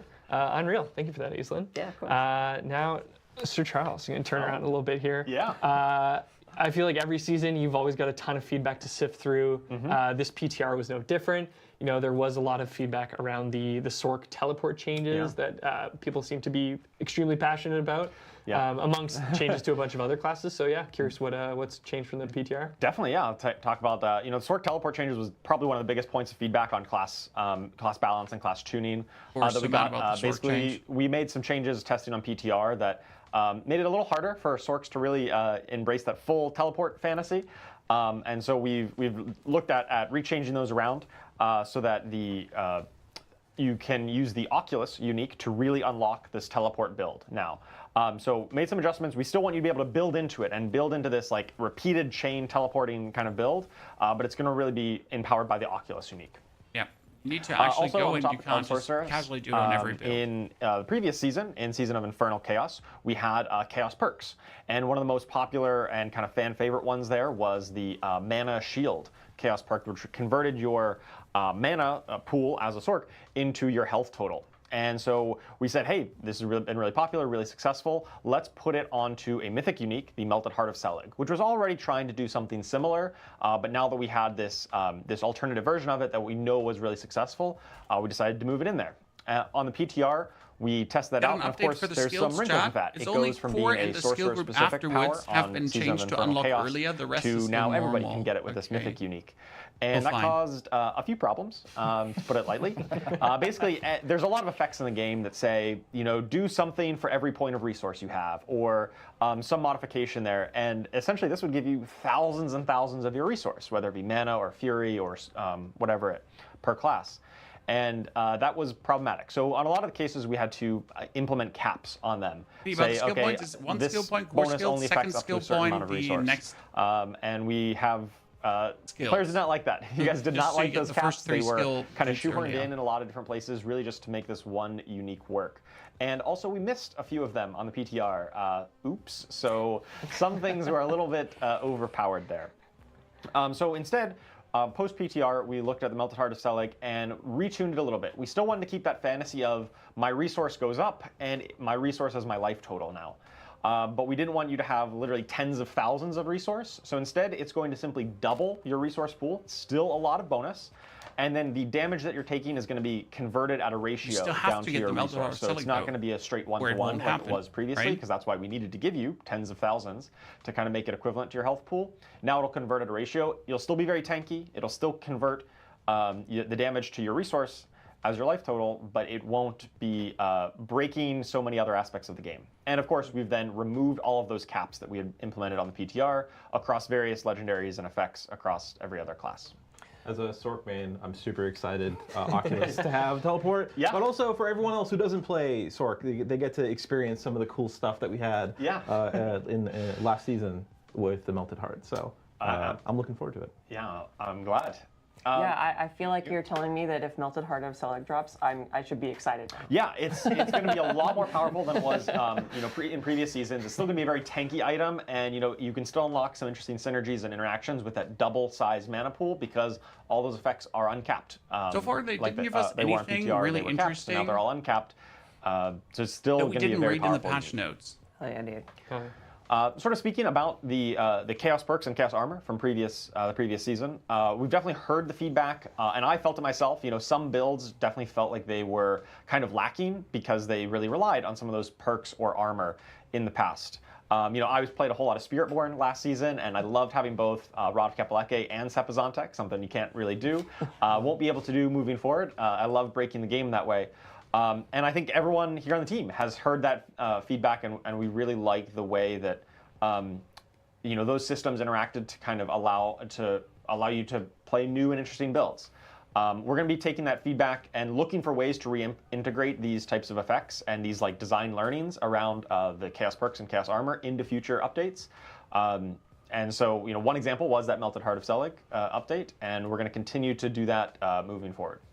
I think that's one of the fun reminders of why seasons can be so fun is that we can do these we can do some crazy shit and see what sticks and see what's fun. So it is really cool that Chaos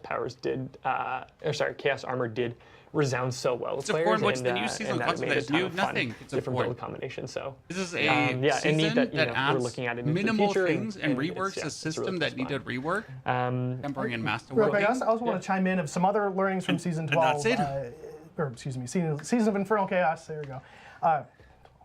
It was 10 anyway. Season 10. Right, yeah. Numbers. You're playing Diablo 4, not for the crazy upgrades. You're playing them. One of the great things about the season from Chaos was there were all these uniques that Charles was talking about. There was multiple avenues to collect those different uniques, and that's something that we wanted to carry through. We found that players didn't always enjoy just sitting in the boss layer, the layer boss game mode, and just slaughtering Duriel on loop for 4 hours straight. So we carried that feedback into the season of Divine Intervention, and we have a lot of different routes to collect these awesome mythics and uniques. And for example, if maybe I really want a unique that only Andariel when the boss, the lair boss drops, well, you can go into Undercity and kill Andariel, and she might drop it. And then if she doesn't, she'll drop a Corrupted Essence that you could then pick up and take to the Hawazar Overland event. Is the start date? Yes, it's on the 11th now. You can get another shot by cashing that in. 1 day before PoE. We want to allow players to sort of choose their own path to the loot that they're looking for. So we're not sort of locking you in any specific activity. And you want those cool uniques, go run the pit and get a bunch of Corrupted Essences from Belial, and Belial's loot pool is everything from the layer bosses, so you can get it that way, right? And it's really up to you to play the game the way you want to play. Yeah, it's so nice having that variety too, because we've all been there where you start hitting the same boss over and over and over, and then you just start getting burnt out because you're like, God damn it, Duriel, come on. I know, you know what I want. You got to drop it. So having a few different avenues that just kind of keep it fresh and it's a rework have season. some different ways to get those uniques is nice. As many Variety seasons is the have spice been. of life after all. Indeed. What else? Oh, please drop your questions in Twitch chat. I'm just going to keep reminding people throughout the stream. We are collecting your questions. Do drop those. And I know, like, for Charles too, like, he did touch on, like, definitely the highlights of the class balance changes that we got from PTR. But please do scan through the patch notes. They are 11,000 words, so they won't be hitting all localizations immediately. We'll have them eventually, but the blog is out in all languages. The Season 11 so changes are definitely big for the expansion. Out there. Another thing we did take a big look at in the PTR this past season was the tower and leaderboards. It was really, really cool to see the arrival of leaderboards in Diablo 4. The tower was a really great experience where, you know, players could jump in. We had the chance to get a lot of feedback, do a lot of testing. Zavin, I know you were very busy with all the feedback you had from the players, and tell us a little bit about that. So yeah, just 11,000 words. That's just for all this other stuff. It's thank you to everyone who's been playing the PTR. For people who didn't check it out, the tower and the leaderboard kind of feature is in the game in the beta format. It's something we haven't really done in the past, but the intention is this is a feature that we want to build with the community. We really want your feedback. It's something that we're committing to developing over a long period of time. Saying we want to build this with the community sounds like we have no clue. But also make sure that it's being done in a very responsible way that is actually doing its job, highlighting the most masterful players of Diablo that we have. It's actually one of our pillars is total Diablo 4 mastery. That is what this mode should be highlighting. So it's not just, kind of the tank and spank kind of stuff that we've seen in the pit historically. We want to add as much depth to the players' decision making here as possible. And some of it is going to be a bit nuanced, and we anticipate it's going to be coming up more and more over time. But it kind of starts with this very stable starting point that we're trying to build with the tower. So again, thank you everyone for checking it out on the PTR. It will not be launching with the Season of Divine Intervention, however. The tower will remain locked. It will be coming back in the new year with patch 252. It's actually kind of just to make sure that we have some stability with the season launch, and then when the tower shows up, honestly, it's for everyone, it's online, so they grind and people up. are kind of ready to tackle it. But I kind of wanted to talk a little bit about some of the learnings that we've got. This is still a all beta. your eternal items. I mean, all your eternal items are always useless. Come on now. Openly with the community, with as much transparency as we're intending to have, I think, ever. So this is going to be a little bit of a different way that we're going to be talking about this, and we're going to be having a lot more kind of information. Shield, no paladin, yeah. I mean, Necro is a paladin essentially. Just so look forward to that. But I kind of wanted to also take a little bit of time and just say, we know that the version that we have is kind of rough. That was the intention. We wanted to get eyes on it right away. We wanted to make sure that the version that we're committing to is the one that's right for the game, it's right for the community. So there's a couple big ticket kind of topics that we've seen, and I want to address a few of them. So one is fishing. If anyone ever played Greater Rifts in Diablo 3, yeah, it's a concept that kind of took over that mode a little bit, and it was really hard for us to battle. And I'll be honest, it's very easy for us to kind of turn off the capability to fish entirely. It's we just put a lever penalty or something on it, and we don't want to do that. We don't want to get ourselves into a position or get the tower into a position where you are having to play and finish paladin a will bad be the biggest run, fumble. No, right? I don't think. You messed up. You hit the wrong button. Have zero interest something in paladin, hit you when you didn't want it and to. I would rather see something whatever new and it is. exciting We don't want you than to feel a paladin, compelled or required to have to finish the run. So we want to do everything we can to preserve your ability to say, you know what, no, that run's not going well for me. I don't want to finish this. So instead, the kind of idea is we want to remove as much of the tower needs to be severe sold self-owned, outliers yes, and that's from not the even a tower as discussion, possible. Mike. Owen talked a little bit, I think, right, about some of the stuff we were doing on the elite affixes side, but this is something we're looking at for everything. So there's a couple bosses that were misbehaving that we're looking at. They'll be taken away and spoken to. And someday they'll come back when they're doing better. But it's also kind of on the environmental side, right? Like the game has a ton of environments, a bunch of tile sets as we call them.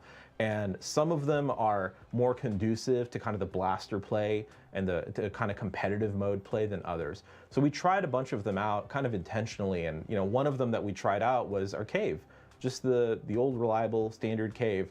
Yeah, caves suck. They're terrible for this. So they're out. They're they're out. They're not coming back until we actually solve the underlying issues with how do you make this, because they look beautiful. The art is amazing. Our art teams did a fantastic job, but they're not the right thing for this. So we want to aim at consistency and make sure that the mode is fun and exciting and competitive over just cramming visual variety in it just for its own sake.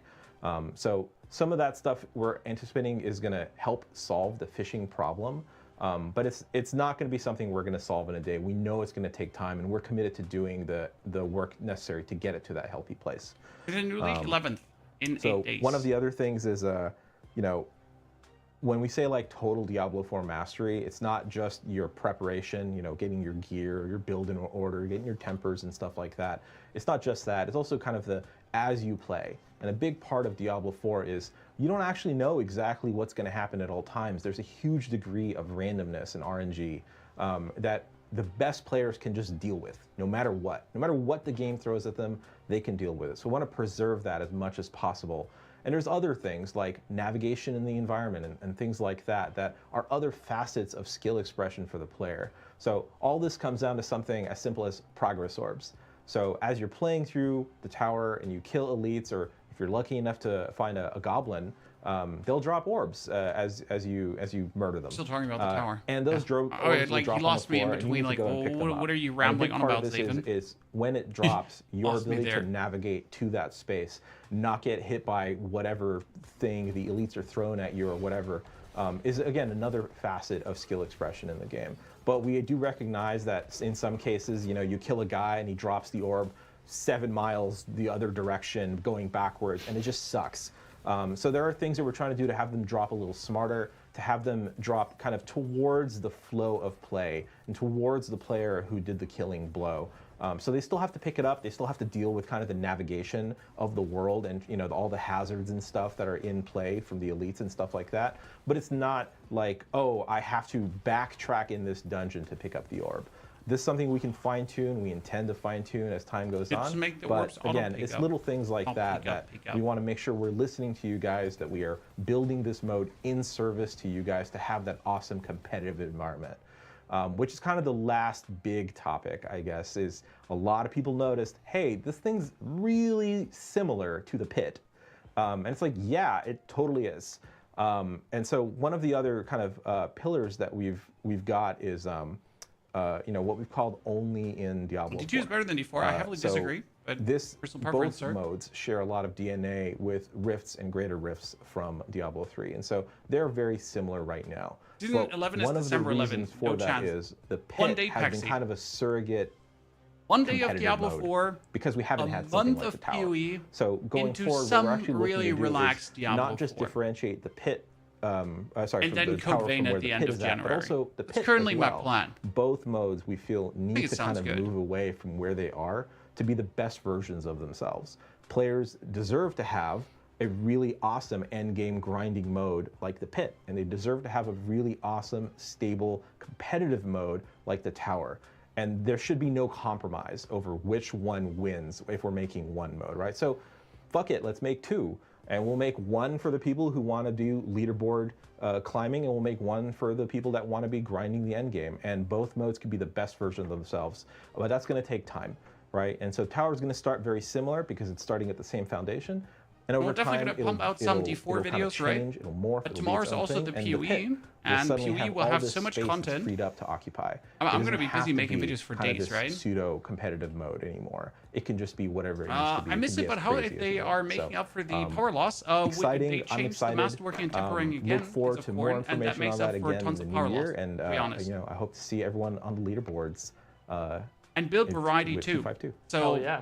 Due to tempering and masterworking changes, to note for the build variety, home, you will not and the power see patch notes for the tower, although we did make a huge suite of changes following feedback from the PTR, so expect that for patch 252, where we'll give you more updates related to some feedback we got around like pylons and things of that nature. Boss health. Yeah.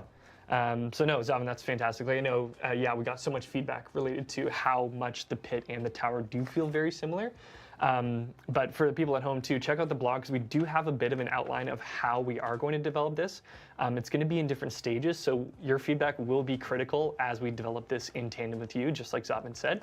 So please keep giving us your feedback because this will help shape the mode to make something that's competitive and challenging and exciting, and something that you'll enjoy for a long, long time, which is awesome.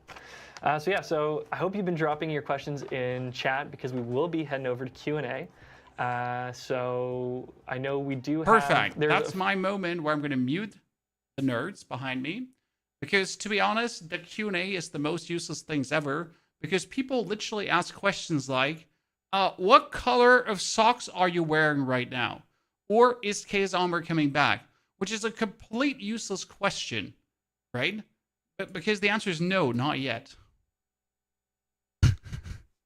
So generally speaking, I am very happy with the changes they made. So I was not super excited for Season 11 because they actually ruined a lot of stuff. But with the changes they're making, build variety is back, character power is back, survival is also back. It makes everything more convenient again. And they took out a lot of the chance to ruin items with the Sanctification. So I would say, personally, for my opinion, okay, if you are excited for Season 11, it's going to be better than you expected it to be.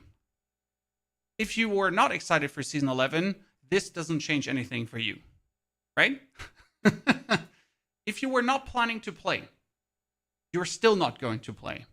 And if you were planning to play, god damn it, the changes were actually fire. And that's the best way how I can say it, right?